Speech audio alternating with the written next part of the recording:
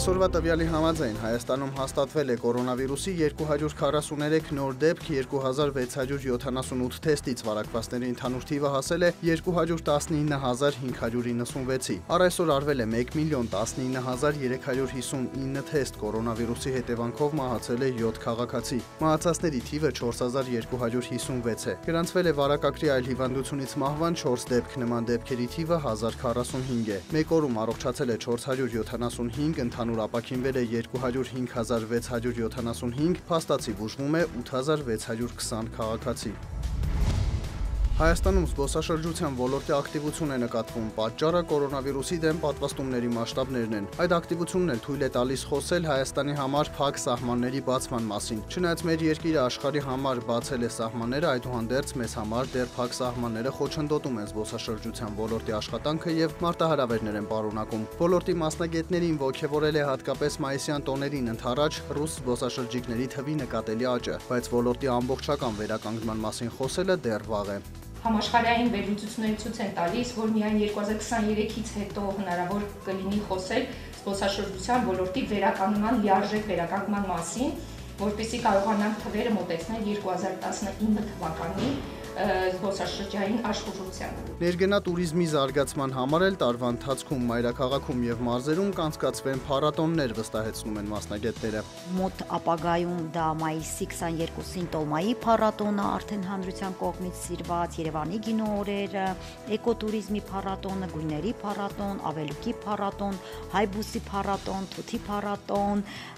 ել էքստրիմ փառատոնը, պատկերացնում եք, չէ, հայկական ռաֆտինգ փառատոն ունենք, տանգոյի փառատոն ունենք, գարեջրի փառատոն, մի խոսքով ջազի փառատոն, գուսանական փառատոն ունենք, նաև թեյ սուրճի փառատոն։ Մասնագետները վստահ են, կորոնավիրուսով պայմանավորված ինչպես բոլոր երկրները, այնպես էլ Հայաստանը պետք է փորձի ամեն ինչ անել զբոսաշրջիկներին նորովի եւ առավել գրավիչ ներկայանալու համար։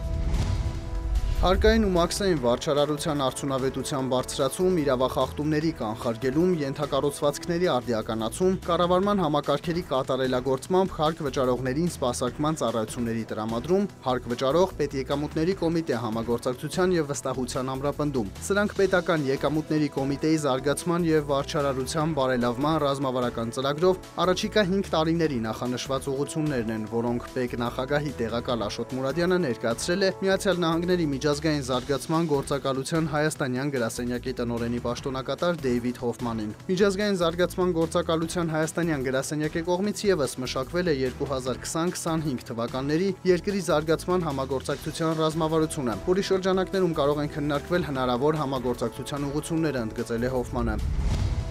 Հին ու նոր մեքենաներից մինչև ամենափոքր պահեստամաս, տան պարագաներ, շինանյութ եւ տարատեսակ օժանդակ նյութեր։ Երևանում բացվել է առաջին մասնագիտացված առևտրաժամանցային համալիրը՝ Garage Masters Mall-ը։ Garage Mall-ում այցելուներին կտրամադրեն նաև ֆինանսաբանկային ծառայություններ, երեխաների համար գործում է մանկական գոտի, վիրտուալ իրականության խաղեր։ Առևտուրից հետո էլ այցելուներին կսպասեն ֆուդ կորտում ու սրճարանում։ Այս ամենը 40,000 քառակուսի մետր տարածքում է, որից 17,000-ը առևտրային է։ Կայանատեղին նախատեսված է 550 մեքենայի համար։ Որոշեցինք ստեղծել մի համալիր, որտեղ կմեկտեղվեն բուն մեքենայի համար պահեստամասերի, շինարարության իրականացման համար անհրաժեշտ նյութերի ու օժանդակ պարագաների ձեռքբերման գործընթացները։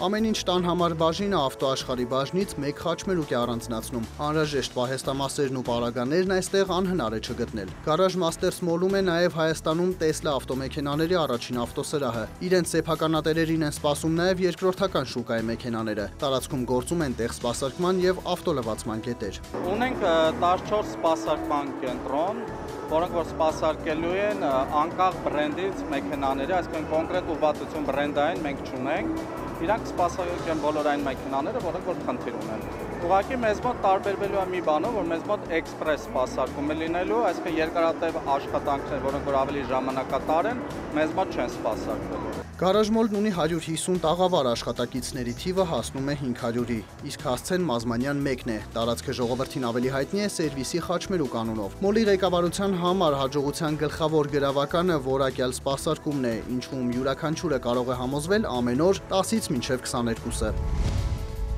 Լոնդոնի եւ Նյու Յորքի բորսաներում էլեկտրոնային առևտրի ընթացքում նավթի համաշխարհային գները նվազել են։ Լոնդոնի բորսայում Brent ապրանքանիշի հուլիսի մատակարարումների ֆյուչերսների գինն իջել է 0.72%-ով եւ կազմել բարելի դիմաց $67.83։ Նյու Յորքի ապրանքային բորսայում WTI տեսակի նավթի հունիսի մատակարարումների ֆյուչերսային գործարքներն էժանացել են 0.79%-ով եւ կազմել բարելի դիմաց $64.41։